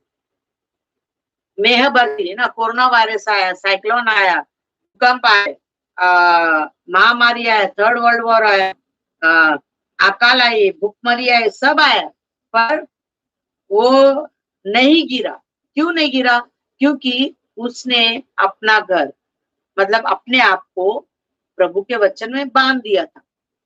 अपना घर, हम परमेश्वर का घर है, वो वचन में बना हुआ है, इसलिए वो गिरा नहीं, वो स्ट्रांग खड़ा है। हम ये अंत के दिन, जो एंड टाइम्स की शुरुआत हो गई, ये एंड टाइम की शुरुआत में मैं विश्वास करती हूँ आपका घर प्रभु के वचन में बना है। हारेंगे नहीं, कुछ भी हो जाए ना, डरना नहीं। जबरदस्त भूकंप आए, आजू बाजू में बड़े बड़े खड्डे भी हो जाए ना, तो डरना मत, प्रभु आपके साथ है। हालेलुया। ध्यान में रखना, प्रभु आपके साथ है। आमीन, है ना। फिर परंतु जो कोई मेरी ये बातें सुनता है और उन पर नहीं चलता, वो उस निर्बुद्धि मनुष्य के नाई ठहरेगा जिसने अपना घर रेत बनाया। और मैं बरसी, ना, कोरोना वायरस आया, बाढ़ आया, 3rd वर्ल्ड वॉर शुरू हो गया, भूखमरी आई, सब आया, है ना। बहुत सारा गड़बड़ी आया, उसको टक्कर लगाया और क्या हो गया? वो सत्यानाश, गिरकर सत्यानाश हो गया करके, गिरकर सत्यानाश हो गया। इसलिए जिनको विश्वास ही नहीं है प्रभु के साथ ऊपर और प्रभु के साथ रिलेशनशिप नहीं है, वो लोग कुछ बड़ा चीज संसार में हो जाएगा, वो डर के गिर जाएंगे और नाश हो जाएंगे। इसीलिए जब यीशु की ये बातें कह चुका, तो ऐसा हुआ कि भीड़ उसके उद्देश्य से चकित हो गए। तो प्रभु का वचन सुनकर चकित हो गए, क्योंकि वह उन शास्त्रियों के समान नहीं, वहां पर जो शास्त्री लोग थे, याजक लोग थे, उनके समान प्रभु ने बात नहीं किया। प्रभु ने अधिकारी न्याय उपदेश, अथॉरिटी के न्याय, वो अधिकारी के न्याय उपदेश देता था यीशु मसीह, क्योंकि वो अधिकारी है, परमेश्वर अधिकारी है, उसको मालूम था। इसलिए वो बोल्डली वो जो है वचन को लोगों को देता था, इसलिए लोग आश्चर्यचकित होते थे। हालेलुया। इसलिए आप आश्चर्यचकित मत होना, क्योंकि आप वो पीढ़ी है जो हिलाई नहीं जाएगी। आमीन, आमीन बोलो। आप वो पीढ़ी है जो कभी हिलाई नहीं जाएंगे। आमीन। हाँ, तो उसके बाद 4 चीजें जो है वो कभी भी हिलाई नहीं जाएगी। 4 चीजें जो है कभी नहीं हिलाई जाएंगी। क्या क्या चीजें नहीं हिलाई जाएंगी? परमेश्वर का सिंहासन जो कभी भी हिलाई नहीं जाएंगी।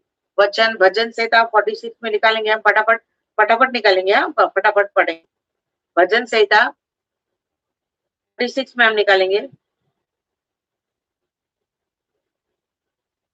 46 में 1 से लेके पढ़ेंगे। परमेश्वर हमारा शरण स्थान और बल है, संकट में अति सहज मिलने वाला सहायक है।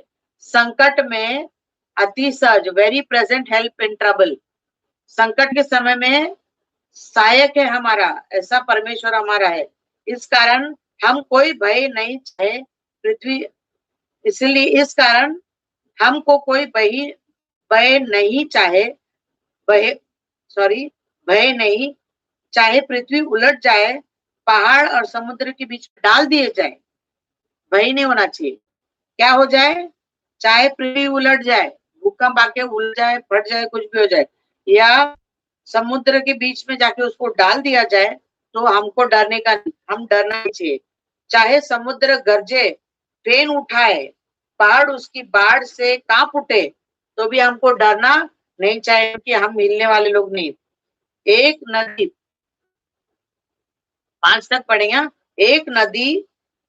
एक नदी है जिसकी नहरों से परमेश्वर के नगर में, अर्थात परम प्रधान के पवित्र निवास भवन में आनंद होता है। एक ऐसा है ना, 5वां में लिखा है, परमेश्वर उस नगर के बीच में है, वह कभी टलेगा नहीं, पांव फटते ही परमेश्वर उसकी सहायता करेगा। आमीन। परमेश्वर का सिंहासन कभी भी टलेगा नहीं। और 7वां वचन में लिखा है, सेनाओं का यहोवा हमारे संग है, याकूब का परमेश्वर हमारा ऊंचा गढ़ है। आमीन, हालेलुया। डरो मत, वो गीत है ना, डरो मत चुपचाप खड़े रहो, खुदा की नजाते काम देखो, काम देखो, काम देखो, खुदावंत के नजात के काम देखो। हालेलुया। प्रभु की महिमा के काम देखो ना यार, बाकी सब चीज का क्या डरते हो तुम लोग? प्रभु को देखो, है ना। एवरी 15 डेज में हमको खबर आता है, अभी लॉकडाउन खुलेगा, लॉकडाउन खुलेगा, लॉकडाउन खुलेगा। मैं तो अभी वो सुनता ही नहीं है कब खुलेगा। मुझे इतना मालूम है परमेश्वर जल्दी खोलेगा। वो कब खोलेगा? जिस दिन भी खोलेगा उस दिन आनंद की लहर दौड़ेगी। आमीन, हालेलुया। तो हमको उस चीज का टेंशन है, लॉकडाउन कब कब खुलेगा, है ना। बाकी लोगों के लिए हमको प्रेयर करना है, जिनके पास यीशु का जो है ये विश्वास नहीं, यीशु का वचन नहीं है, वो डरे हुए हैं, सहे हुए हैं, तकलीफ में, ऐसे लोगों के लिए प्रेयर करना चाहिए। क्योंकि हमको डर नहीं, पर उनको बहुत डर है कि आगे क्या होगा, है ना, सरकार क्या करेगी, ये क्या करेगी, वो सरकार हमारी सहायता नहीं करेगा। सरकार वादे करेगा, करोड़ों का, अब्जों का वादे करेगा, वो पूरा नहीं करेगा। हमारा परमेश्वर तो वादे करके पूरा करता है। हालेलुया, आमीन। तो परमेश्वर का सिंहासन हिलाया नहीं जाएगी। आगे वचन लिखो, भजन संहिता 90 में 12, वो लिख के लो। फिर कोलोस्सर 1 में 13, 1 में 3, और प्रकाशित वाक्य 20 में 11 पढ़ेंगे हम। वापस बोलूं, भजन संहिता 90 में 12, कोलोस्सर 1 में 3, प्रकाशित वाक्य 20 में 11। प्रकाशित वाक्य हम डालेंगे 20 में 11। क्योंकि मैं उतना टाइम नहीं लूंगी ना। लोगों का एक लिमिट रहता है वचन सुनने का। लिमिट का बाहर हो जाए तो बोर हो जाते हैं और सामने से हट जाते हैं, मोबाइल पर घुमा डालते हैं उन लोग। इतना प्यार तो लोगों को प्रभु से नहीं है कि वो लोग भाई 8-8 घंटा बैठ के प्रभु की सुने। इतना पेशेंस लोगों के अंदर नहीं है। अमिताभ बच्चन का पिक्चर 8 घंटे का 12 घंटे का रन तो वो देखेंगे, उबेंगे नहीं, है ना। कपिल शर्मा शो 2-2 घंटा तक बैठ के देखेंगे।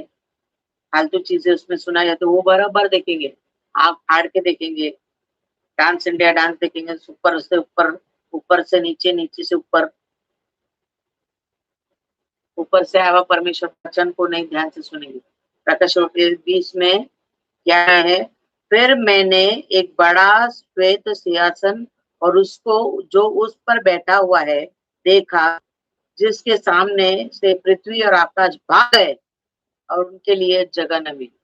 सोचो, पृथ्वी और आकाश परमेश्वर के सामने से भाग गए कि उनके लिए जगह न मिली। इसलिए परमेश्वर का सिंहासन हिलाई नहीं जाएगी। दूसरा, प्रभु का वचन कभी नहीं हिलाई जाएगी। मरकुस में 13 में 31 लिख के रखो, परमेश्वर का वचन कभी भी हिलाई नहीं जाएगी। मरकुस 13 में 31-31 और पहला पतरस का पहला वचन उसका 23 से लेके 25 वचन तक। क्योंकि वचन वचन में जो वादे हैं, प्रोमिसेस, परमेश्वर का जो वचन में जो प्रभु का वाचा है वो कभी नहीं हिलाई जाएंगी। मतलब इसी में ये 3 बातें हैं। प्रभु का वचन कभी नहीं हिलाई जाएगी और प्रभु के वचन में दिए हुए वादे कभी नहीं हिलाई जाएंगी। प्रभु का वचन में जो सामर्थ है वो उसको नहीं, वो कभी नहीं हिलाई जाएगी। और प्रभु का भविष्यवाणी कभी नहीं हिलेगी। ये सारी चीजें नहीं हिलाई जाएंगी। उसके बाद तीसरा है, परमेश्वर की कलीसिया कभी भी नहीं हिलाई जाएंगी। आमीन। परमेश्वर की कलीसिया कौन है? 4 दीवार परमेश्वर की कलीसिया नहीं है। आप और हम प्रभु की कलीसिया। हम कभी भी हिलाई नहीं जाएंगे। हालेलुया, प्रभु को धन्यवाद हो। हम कभी भी हिलाई नहीं जाएंगे। आमीन। मत्ती का 16 में 18 पढ़ेंगे हम। मत्ती का 16 में 18 में पढ़ेंगे क्या? मत्ती 16-18।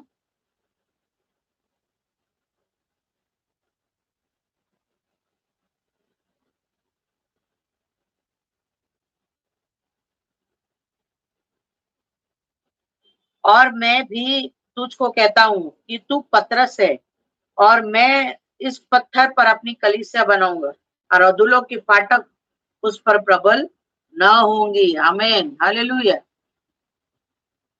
प्रभु की कलीसिया हिलाई नहीं जाएगी।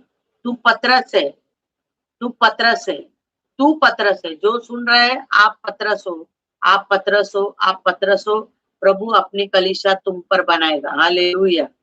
प्रभु तुम पर अपनी कलीसिया बनाएगा। और कितना अच्छे से प्रभु ने लिखा है, अधोलोक के फाटक तुझ पर प्रबल न होंगे। आमीन। क्योंकि तुम पर कलीसिया बांधने वाला कोई और नहीं, राजाओं का राजा, प्रभुओं का प्रभु है। एल शड्डाय, सर्वशक्तिमान परमेश्वर एलोहीम, जो हमारा राजा है, उसने बनाया। इसलिए अधोलों का फाटक हम पर कभी भी प्रबल नहीं हो। सोचेगा 10 बार किससे जाके पंगा ले। हालेलुया। तो ध्यान में रखना, अधोलों के फाटक उस पर प्रबल न होंगी।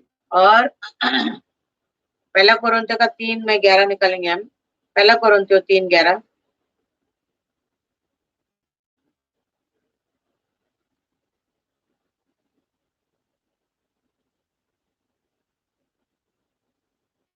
क्योंकि उस नेव को छोड़ जो पड़ी है और वह यीशु मसीह है, कोई दूसरी नींव नहीं डाल सकता। हालेलुया। परमेश्वर ने ये नींव डाला है, फाउंडेशन। ये फाउंडेशन प्रभु ने डाला है, इसलिए और कोई ये फाउंडेशन नहीं डाल सकता है। तो जो फाउंडेशन, वचन का फाउंडेशन, परमेश्वर हमारा फाउंडेशन, यीशु मसीह हमारा फाउंडेशन है। और वो फाउंडेशन के ऊपर परमेश्वर ने हमको बनाया है। तो हम कैसे हिलेंगे बताओ आप? हम कैसे हिलेंगे?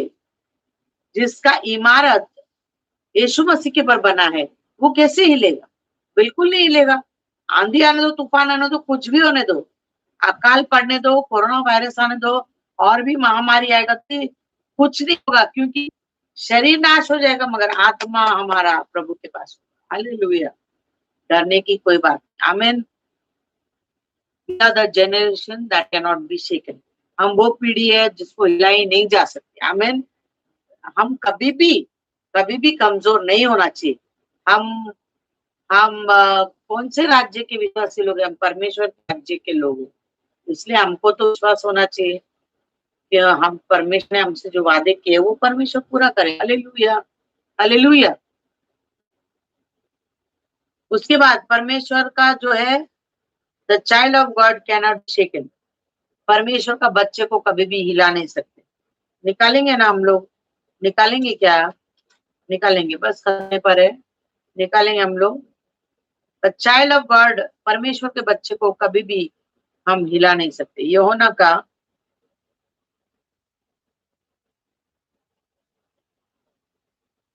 का 10 में निकालेंगे हम। यूहन्ना 10, 27, 28, 29। मेरी भेड़ मेरा शब्द सुनती है और मैं उन्हें जानता हूँ और वो मेरे पीछे पीछे चलती है।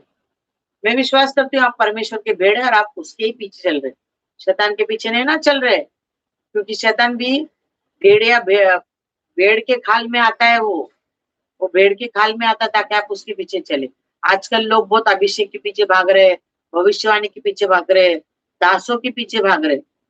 दासों को आपको यीशु के पीछे भगाने के लिए रखा है, उनके पीछे नहीं। आजकल लोग मैन ऑफ गॉड लोगों के फैंस है।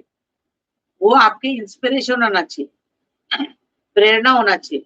वो उसके पीछे चलने का साधन नहीं होना चाहिए। हमको प्रभु की आवाज बराबर ध्यान से हमको पहचान होनी चाहिए कि यीशु बात कर रहे हैं, यीशु बुला रहे हैं। हालेलुया। यीशु बुला रहा है करके उसकी आवाज आपको पहचान बराबर होनी चाहिए। आपको पहचान तब होगी जब आप रोज उसके साथ बैठेंगे। रोज उसके साथ बैठेंगे तब पहचान होगी। अभी फॉर एग्जाम्पल, मेरी मम्मी मुझे रोज कॉल करती है, रोज। एक दिन भी ऐसा जाता नहीं है कि मम्मी डैडी ने मुझसे बात नहीं किया। डेली बात होता है। और प्रभु को धन्यवाद, मेरी याददाश्त और मेरा कान बहुत अच्छा है। भले एक इंसान 10 साल के बाद भी मुझे कॉल करेगा ना, एक ही बार कॉल करके, तो भी मैं उसकी आवाज को बराबर पहचानूंगा। ये कभी नहीं पूछेंगे हाँ कौन। मुझे कितने लोग ऐसा पूछते हैं, हाँ कौन। फोन नंबर कितना भी चेंज हो, आवाज वही रहना चाहिए। वो आवाज चेंज नहीं होता है, आवाज वैसे ही रहता है, चेंज नहीं होता है। हालेलुया। तो परमेश्वर का वचन बोलता है मेरी भेड़ मेरी आवाज को पहचानती है और मेरे पीछे पीछे चलती है। मेरी मम्मी रोज मुझसे बात करती है, सुबह, दोपहर को और शाम को। 3 टाइम कॉल आता है। तीनों टाइम पे हमारी बातें होती है। बहुत सारा प्रभु की बात महिमा होती है, अच्छी अच्छी बातें होती है। बहुत कुछ मैं मम्मी से सीखती हूँ और मम्मी मुझसे सीखती है। हम दोनों एक दूसरे से सीखते हैं। हम दोनों एक दूसरे को कॉम्प्लीमेंट करते हैं। तो क्योंकि परमेश मेरा मम्मी भी वचन को लेके कॉम्प्रोमाइज नहीं करती है और मुझे भी कॉम्प्रोमाइज करना अच्छा नहीं लगता। जब से प्रभु का वचन का सच्चाई को जाना है, कॉम्प्रोमाइज मेरे डिक्शनरी में नहीं। वो जो होता है देखा जाएगा। हालेलुया। तो मैं मेरा मम्मी का आवाज फोन जैसे ही बजता है, भले मैं गहरी नींद में फोन बज जाए तो मैं नंबर देखती नहीं हूँ, उठा लेती हूँ। हेलो, हाँ माँ बोल, ये हो जाता है। तो मैं मम्मी का आवाज को पहचानती हूँ।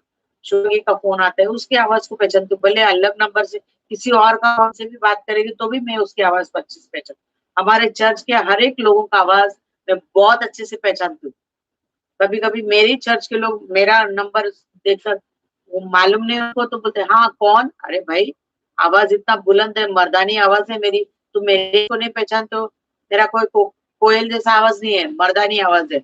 और मैं घमंड करती हूँ ऐसी आवाज पर, क्योंकि ऐसी आवाज सोते हुए लोगों को उठाता है। So I don't mind my voice being like a man. Manly voice है मेरा, मर्दानी आवाज है। तो ये आवाज तो अच्छे अच्छे लोगों को याद रहना चाहिए, भूलना नहीं चाहिए। पर मेरी आवाज बहुत सारे लोग बोलते हैं हाँ कौन पूछते हैं, तो उनको बोलना पड़ता है मैं तेरी माँ बोल रही हूँ, ऐसा बोलना पड़ता है। तो परमेश्वर के साथ रोज सन्निधान में हम उसकी बैठेंगे तो उसकी आवाज को बहुत अच्छे से पहचानेंगे। हम कभी भी धोखा नहीं खाएंगे। शैतान भी बोलता है, प्रभु भी बोलता है, पर प्रभु जब बोलता है अंदर शांति मिलता है। शैतान जब बोलता है व्याकुलता आता है, दूसरा थॉट आता है, सेकेंड थॉट आता है हमको। प्रभु ने बोला, प्रभु ऐसा अगर मगर आ जाता है। पर जब प्रभु के साथ है तो पीस मिलता है, धन्यवाद बोलते हैं हम प्रभु को, शांति मिलती, प्रभु ने बोला है। तो मेरी भेड़ मेरी आवाज को पहचानती है। 28 में लिखा, और मैं उन्हें अनंत जीवन देता हूँ और कभी नाश न होंगी। अगर आप प्रभु के भेड़ है तो ध्यान में, प्रभु का वादा है, देखो तुम नाश नहीं होगा कभी भी, और कोई उन्हें मेरे हाथ से छीन नहीं सकता है। हालेलुया, इतना बड़ा बात परमेश्वर ने बोला, कोई उनको मेरे हाथ से छीने, कोई भी आपको प्रभु के हाथ से छीन नहीं सकता है। शैतान को भी प्रभु के पास जाने से पहले 10 बार सोचना पड़ेगा, शेर के मुंह में हाथ डालने जा रहे हो, लायन ऑफ जूडा, हालेलुया, शेर के मुंह में हाथ डालने जा रहे हैं, वो उसके हाथ से, हाँ, वो किसको छीन सकता है? जो प्रभु में और शैतान में दोनों बराबर चल रहे हैं ना, उनको छीन सकता है। जो विश्वास के साथ प्रभु के साथ चल रहे, दुख उठाते हुए प्रभु के साथ चल रहे, उनको परमेश्वर ऐसा पंख फैलाकर उनके साथ में चलता है। हालेलुया, मजा ले, कोई चील कौवे आके उसको उठा के लेके जाए, हो ही नहीं सकता, ऐसा हो नहीं सकता है।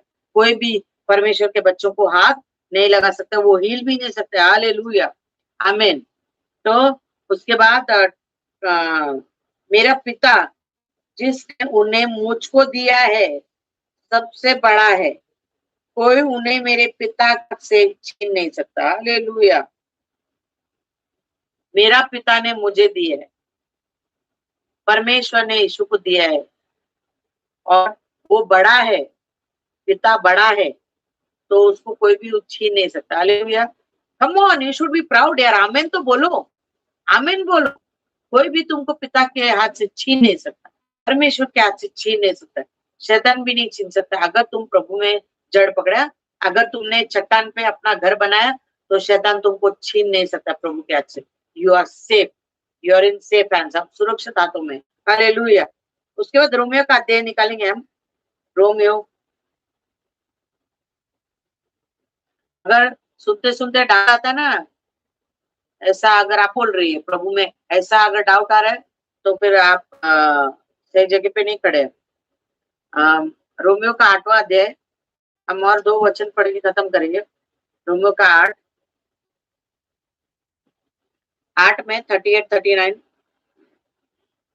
8 38 एंड 39।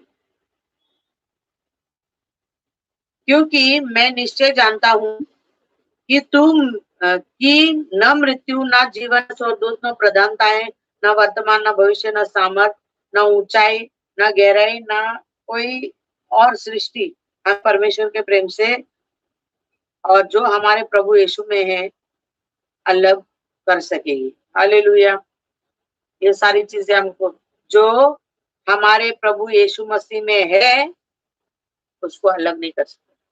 जो प्रभु यीशु मसीह में है, उनको कोई अलग नहीं कर सकता। जो प्रभु यीशु मसीह में है, उनको कोई भी अलग नहीं कर सकता। जो प्रभु यीशु मसीह में है, उनको कोई भी अलग नहीं कर सकता है। ध्यान में रखो, मैंने क्या बोला, जो प्रभु यीशु मसीह में है। हालेलुया। पहला यूहन्ना निकालेंगे हम, का 2 अध्याय, उसका 17 वचन। और संसार और उसकी अभिलाषाएं दोनों मिटते जाते हैं, पर जो परमेश्वर की इच्छा पर चलता है वो सर्वदा बना रहेगा। हालेलुया। और संसार उसकी अभिलाषाएं दोनों मिटते, प्रभु की इच्छा पर चलते हो तुम सदा सर्वदा। हमको पवित्र पप्पा ले, हम इधर थोड़ा दिन दुख पर पापी पप्पा का सुनकर यहाँ पर चका पवित्र पप्पा के पास जाने का प्लानिंग बनाओ। हालेलुया। आपको के लिए हमेशा एक लंबी छुट्टी, जहाँ पर हम हमारे पिता के, शाबाश, ना, वो लोग ज्यादातर अकेले रहते, उनके पास भीड़ होती है, पर जो प्रभु की इच्छा पर चलने वाले लोग उनके पास वे रहते, उनके पास लोग कम जाते हैं, उनके साथ दोस्ती लोग बहुत कम करते हैं। चलेगा भाई, तुम्हारे लिए एक दोस्त काफी है, यीशु मसीह, वो तो पूरे संसार के बराबर के लिए यीशु मसीह है। हालेलुया।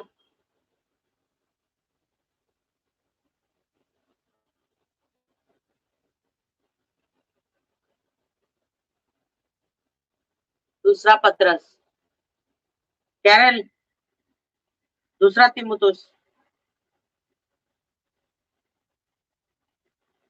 दूसरा तीमुथियुस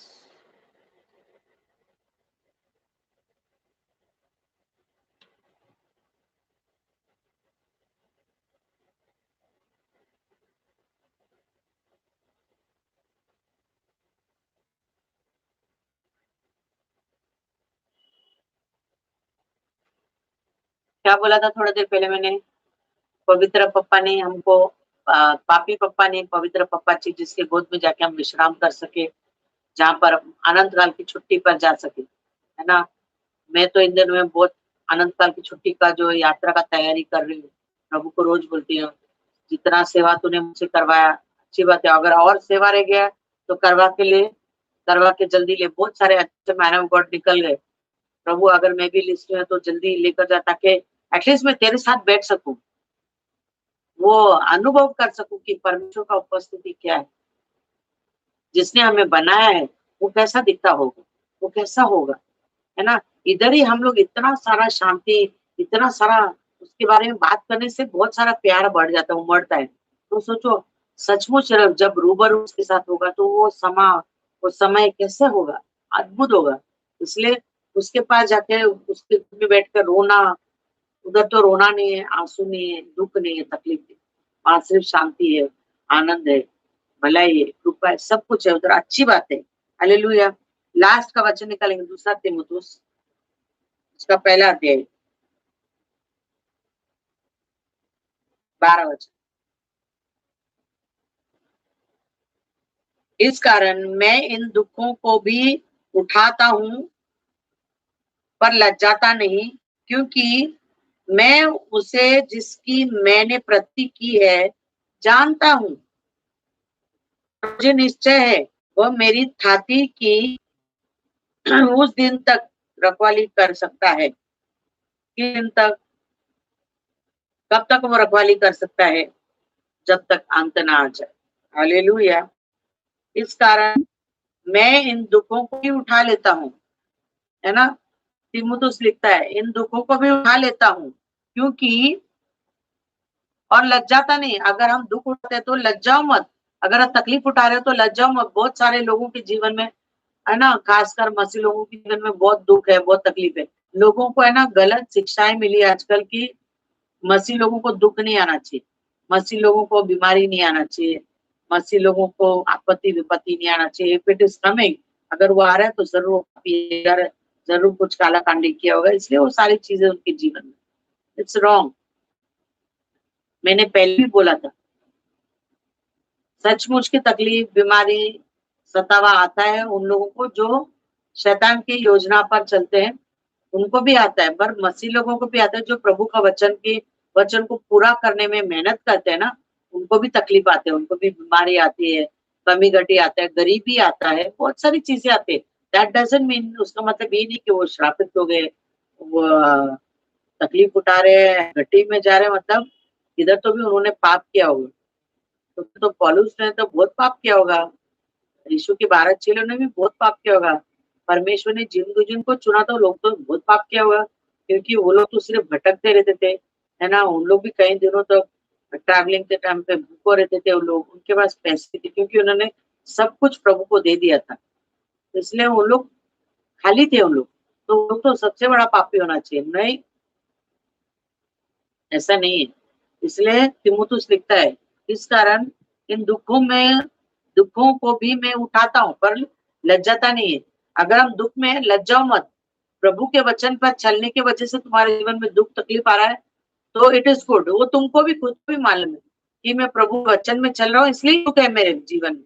हाँ, अगर तुम गलती कर रहे हो और दुख आ रहा है, ये भी तुमको मालूम है, सब मालूम है इंसान को कि हम गलती कर रहे हैं इसलिए दुख आ रहा है, ये हम प्रभु के वचन चल रहे इसलिए दुख आ रहा है। ये दोनों का ज्ञान आपको और हमको दिया गया, इसलिए वी नो इट, क्योंकि पवित्र आत्मा अगुवाई करता है। ये तकलीफ तुमको इसके वजह से है, क्योंकि पाप की मजदूरी मृत्यु है। जब भी पाप करोगे उसका कॉन्सिक्वेंसेस भुगतना पड़ेगा, परिणाम को तो भुगतना पड़ेगा। फिर वो परमेश्वर का दास हो, दासी हो, सेवक हो, कोई भी हो, उनको भुगतना पड़ेगा। तो इसीलिए, मगर प्रभु का वचन के लिए अगर आप तकलीफ उठा रहे तो लज्जाओ मत, और आप किसी को सफाई देने जाओ भी मत, क्योंकि सफाई दोगे तो प्रॉब्लम में आ जाओगे।